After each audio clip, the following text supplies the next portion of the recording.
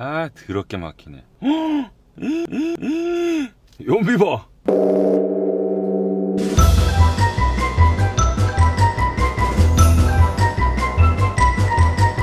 전일로 이렇게 아침 일찍 행차를 하셨습니까? 간만에 일찍 일어났네. 근데 요즘 맨날 늦게 자고 맨날 7시 51분. 이야, 너무 일찍 일어났더니 일찍 일어나는 새가 피곤하다. 무슨 얘기했지? 아 오프닝. 자 오늘 우리가 타고 있는 차는 아반떼 하이브리드죠. 하이브리드니까 연비를 빠뜨릴 수 없죠. 연비를 어떻게 알아보느냐, 정말 차가 제일 막히는 출퇴근 시간에 가장 막힌다는 길 3곳을 뽑아가지고 달려볼 예정입니다.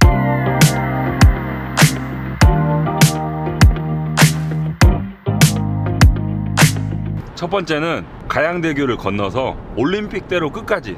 올림픽대로 막히는 건 뭐 서울 사시는 분들이라면 너무나 잘 아실 테고, 이 가양대교도 제가 주변 지인분들한테 물어봤더니 유명하더라고. 서울에서 제일 막히는데 어딘지 아세요? 하고 물어봤더니 여러 명이 가양대교를 추천해줬습니다. 저희가 꼭 가양대교를 건너.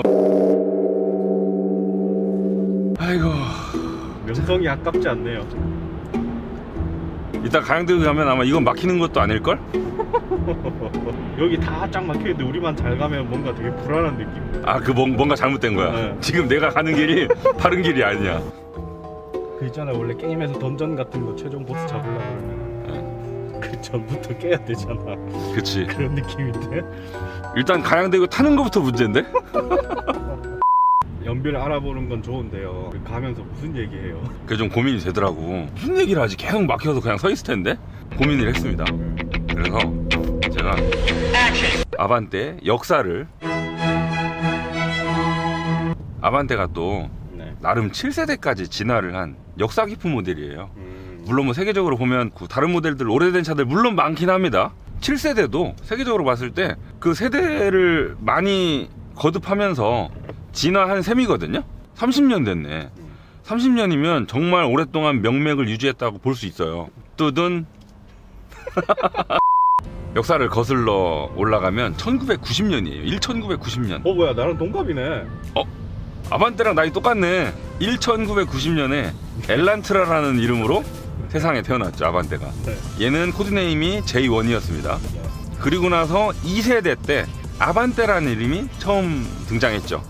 걔는 J2였고, 그 뒤로는 쭉 이제 이름이 아반떼인데, 아반떼로 이름이 다 똑같으니까 코드네임으로 구분을 할게요.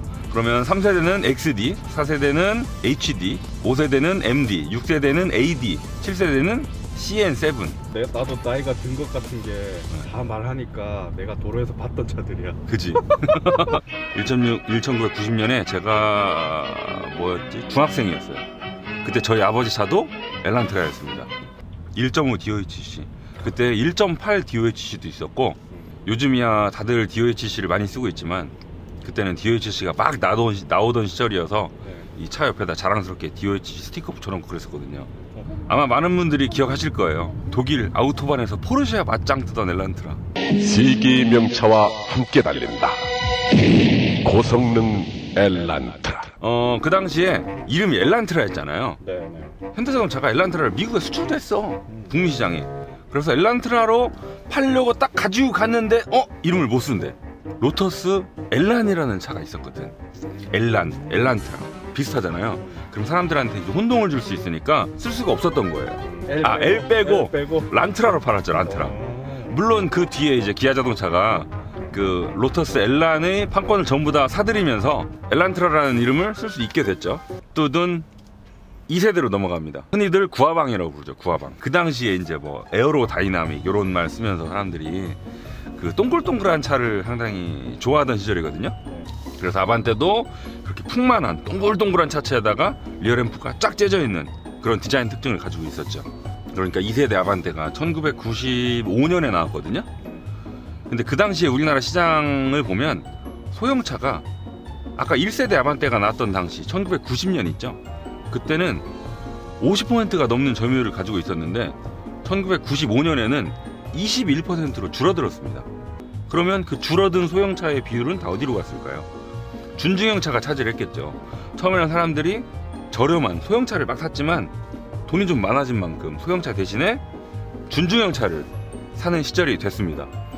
딱 1995년에 준중형차의 시장 파이가 커지니까 딱 그걸 파고 들어가지고 제이트가 출시를 했고 당연히 결과도 좋았습니다. 훌륭한 판매량으로 연결이 됐죠. 처음으로 아반떼라는 이름을 쓰기 시작했다고 그랬잖아요. 원래 그 미국 시장에서 란트라로 팔던 걸 이제 한국이랑 똑같이 아반떼로 팔고 싶을 거 아니에요, 현대자동차가.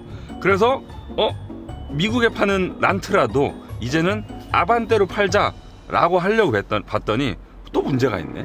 스튜드베이커라는 회사가 있었어요. 옛날에 있었던 자동차 회사인데 아반티라는 차가 있어. 나는 아반떼, 쟤는 아반티. 또 비슷하잖아. 그 아반티라는 차 있죠. 그게 1960년도에 출시가 됐을 때 디자인은 상당히 멋있었지만 품질이 조악해서 악명이 높았대요. 아반티, 아반떼 이름이 비슷하니까 그 아반티의 안 좋은 이미지를 굳이 내가 아반떼에다 묻힐 필요가 없잖아요. 그래서 그 이미지 걱정을 해가지고 아반떼도 또 못 쓰네. 결국은 그때부터 지금까지 쭉 엘란트라라는 이름으로 팔리고 있습니다. 지금도 미국에서는 아반떼가 엘란트라로 팔리고 있죠. 고성능 엘란트라. 뚜둔 5년 뒤 2000년 뉴 밀레니엄 아닙니까? 자, 이 밀레니엄 시대에 태어난 XD. 이 XD는요 아반떼 J2 구하방에 비해서 좀 직선을 많이 썼거든요. 동글동글했었지만 이제는 좀 쫙쫙 펴진 직선을 많이 써서 조금 더 현대적인 모습을 하고 나왔죠.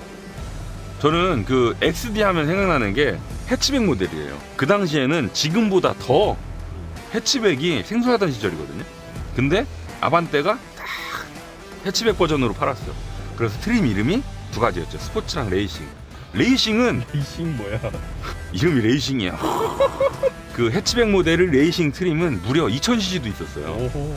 또 기억에 남는 게 뭐냐면 2000년대 초반에 나왔던 현대자동차의 아주 대표적인 특징이 하나 있죠. 바로 녹. 그 당시 아반떼뿐만 아니고 동시대에 나왔던 현대차들이 다 녹슬어 썼어. 딱 녹슬어 했으면 저 현대차 인증. 근데 우리 가양대교 타긴 하는 거야? 몰라요. 우리 이러다가 그냥 바로 퇴근 찍는 거 아니야? 오늘 안에 탈 수 있는 거죠? 이 사람들은 다 지금 회사 언제 들어가는 거야 지금? 지금 8시 20분인데 가양대교 꼭 타라고 추천해준 이유가 있었네. 뚜둔 2006년에 아반떼 HD가 나왔습니다. HD는 그래도 XD보다 더 익숙하실 거예요 이제는. 그렇죠. 네, 의미 있는 시도를 많이 했었던 모델이거든요. 요즘이야 현대기아 자동차가 한 지붕 아래 위치를 하면서 뭐 플랫폼 쉐어링 정말 많이 하잖아요.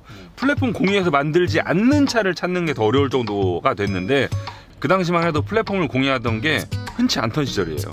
그 아반떼 최초로 현대기아 자동차 그룹 최초로 플랫폼 쉐어링이 도입됐죠. 그래서 2006년도에 HD가 나왔고 2008년도에 기아에서 포르테를 만들었는데 이 두 모델을 같은 플랫폼으로 만들었습니다. 그리고 또 최초로 시도했던 게 전자식 주행 안전 장비도 아반떼 중에서는 최초로 들어갔고요. 또 하나 빠뜨릴 수 없는 거, MDPS를 이 HD에 처음 썼어요. 정말 요즘은 뭐 CMDPS니 RMDPS니 구별하는 게 쉽지 않을 정도로 품질이 많이 올라갔잖아요. 근데 그 당시에 처음 도입했던 MDPS는 좀 말이 많았죠.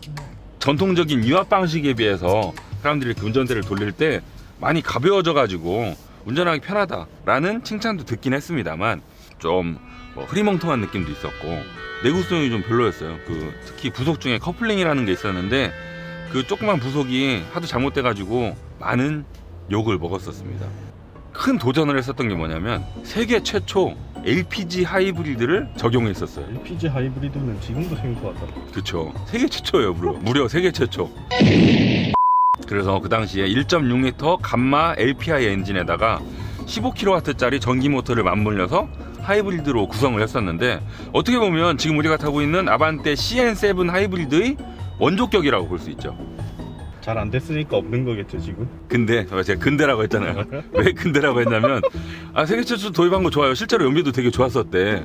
HD 하이브리드 들어갔던 CVT 변속기가 내구성이 너무 안 좋아서 유리 변속기였대. 유리 변속기. 기름값이 싸니까 돈을 많이 아낄 수 있잖아요.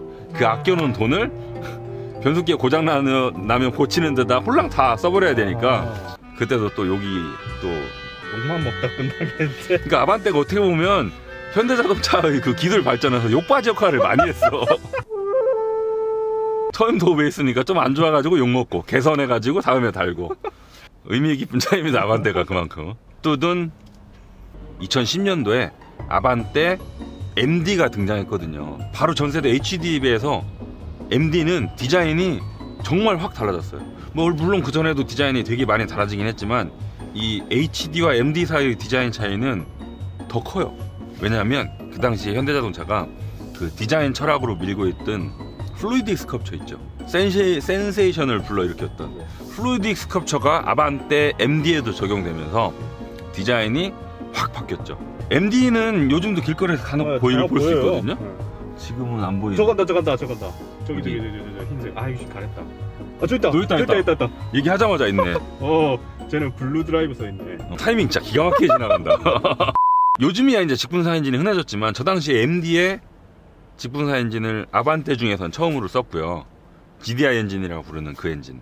뒤쪽 서스펜션이 토션빔이 들어가 있었어요. 네. 토션빔이어서 문제였던 게 아니고 저 당시에 그 토션빔 세팅 문제로 뒤쪽이 이렇게 차가 고속주행 하다 보면 이렇게 떨리는 물고기 꼬리처럼 떨리는 피쉬테일 현상 있죠. 그거 유튜브에 찾아보니까 영상도 하나 있더라고요. 대박 하자마자 욕을 좀 먹었어요. 또 욕 먹었어? 호평이 많았는데 찬물을 또 확 끼얹었죠.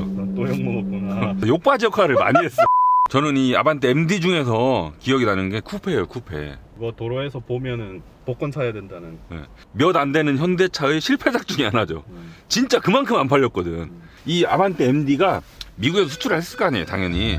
근데 미국 소비자 중에 어떤 분이 이 아반떼 MD로 무려 100만 마일, 160만 킬로미터예요. 이 160만 킬로미터를 달려가지고 큰 주목을 받았던 사례가 있죠. 지구 40바퀴래요. 현대자동차가 나중에 다음 세대 모델인 아반떼 AD를 선물했다는 일화가 널리 알려져 있죠. 우리나라에 팔지 않았던 MPI 엔진 뚜둔 아반떼 AD가 2015년에 등장했습니다. 그 당시에 그 전설의 카피 있죠. 슈퍼노멀. 다큐멘터리처럼 광고만 보면은 무슨 페라리 슈퍼카 나오는 것 같아. 대단하게 만든 차를 누구나 즐길 수 있었으면 좋겠다. 이런 의도가 CF에 담겨 있었죠. 네. 그 CF 진짜 멋있었어. 아반떼 AD에도 뭐 100이랑 똑같아요. 1.6L GDI 엔진이 들어가 있었는데 요 당시부터는 현대차가 사실 이제는 뭐 몇 마력 이런 거 크게 중요하지 않은 시절이 이미 돼버렸기 때문에 달려있던 1.6 GDI 엔진보다 출력을 오히려 좀 낮추고요. 오히려 일상 영역에서 사람들이 운전할 때 좀 더 편안한 토크를 좀 더 높이는 쪽으로 세팅을 바꿨죠. 아반떼 AD 때는 가장 중요하게 생각했던 게 MVH와 RNH래요. 라이드 앤 핸들링이거든요. 주행 질감. 이 아반떼 AD에는 기존 모델보다 훨씬 더 그 초고장력 장판 정말 튼튼한가 보다. 초고장력 강판의 적용 비율도 대폭 늘리고요. 또 구조용 접착제 있죠. 그것도 많이 써서 차체 강성을 상당히 많이 신경 써서 만들었다고 합니다. AD 때는 주행 성능 가지고 탓하는 걸 못 봤거든요. 그래도 이제 어느 정도 안정권에 들어선 주행 성능을 자랑했죠. 아반떼 AD에서도 이런 그 차 좋아하는 사람들이 정말 갖고 싶은 모델을 만들었었죠. 아수스입니다. 아수스. 아반떼 수동 스포츠. 수동 차를 사고 싶어도 수동차를 만들어줘야 사지. 수동차가 별로 없던 와중에 운전 좋아하시는 분들이 참 재미있게 가지고 놀 수 있게끔 만들어줬었죠. 그리고 나서 바로 지금 우리가 타고 있는 CN7에 이르게 된 겁니다. 이 긴 얘기를 하면서 왔는데 이제 가야 되긴 하네. 이제 지금 올림픽 때를 보지도 못했어. 대단하다. 야, 여기 타고 출퇴근하는 사람들 진짜 존경스럽다. 존경스러워. 대단하다. 와.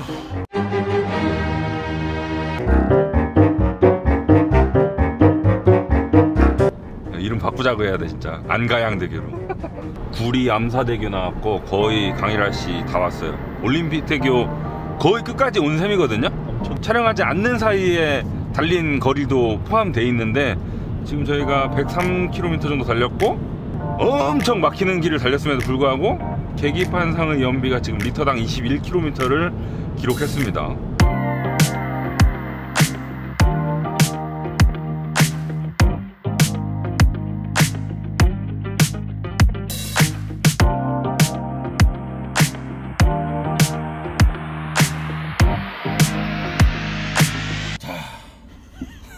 평소에 자와 다른데 많이. 평소에는 자 이거였고 오늘은 제가 왜 이렇게 좀 푹 가라앉아 있는 자를 했냐면 앞에 막힌 거 봐봐.